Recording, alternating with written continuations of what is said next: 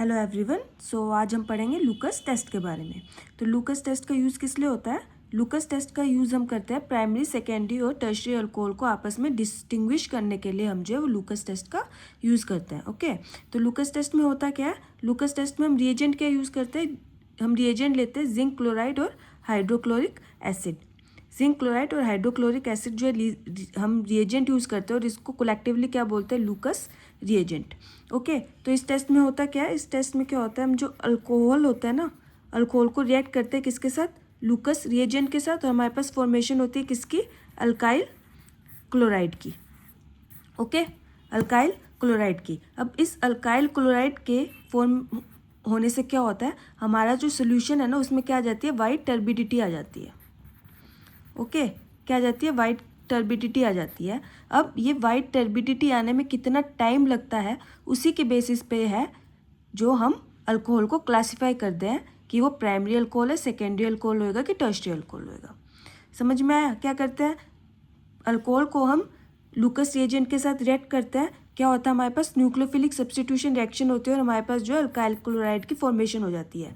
अब इस alkyl chloride की फॉर्मेशन होने से क्या होता है, हमारा जो सोल्यूशन है ना उसके अंदर वाइट टर्बिडिटी आ जाती है। अब ये वाइट टर्बिडिटी जो है कितनी देर में आती है, उसी के बेसिस पे जो है हम अल्कोहल को प्राइमरी, सेकेंडरी और टर्शियरी में क्लासीफाई करते हैं।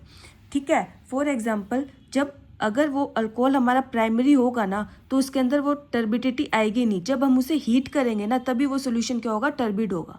ठीक है, जबकि सेकेंडरी अल्कोहल के केस में क्या होगा, जो टर्बिडिटी है वो 3 to 5 मिनट्स के बाद आएगी।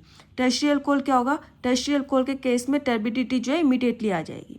ठीक है, तो इससे कि हमें पता चल जाएगा अगर टर्बिडिटी इमीडिएटली आ रही है तो मतलब हमारे पास कौन सा अल्कोहल प्रेजेंट है?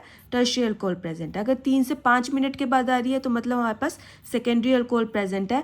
बट अगर टर्बिडिटी आ ही नहीं रही है, हमें उसे टर्बिड बनाने के लिए हीट करना पड़ रहा है ना, तो हमारे पास प्राइमरी अल्कोहल प्रेजेंट है। ओके, तो इस लूकस टेस्ट का मैकेनिज्म कैसे रहता है? ये हमारे पास अल्कोहल है, हम HCl और ZnCl2 लेते हैं, राइट। इसको कलेक्टिवली क्या बोलते हैं? इसको हम बोलते हैं लूकस रिएजेंट, राइट। तो हम क्या करते हैं, ये हमारे पास अल्कोहल है, ये हमारे पास लूकस रिएजेंट है।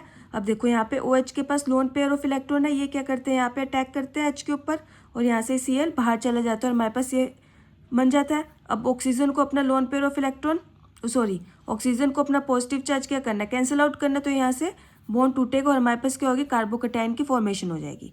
अब हमारे पास ये Cl नेगेटिव है, ये पॉजिटिव है, ये आपस में बॉन्ड बना लेंगे और ये हमारे पास क्या होगा? अल्काइल क्लोराइड की फॉर्मेशन होगी। अब इस अल्काइल क्लोराइड की फॉर्मेशन से क्या होगा? सोल्यूशन क्या हो जाएगा? टर्बिड हो जाएगा।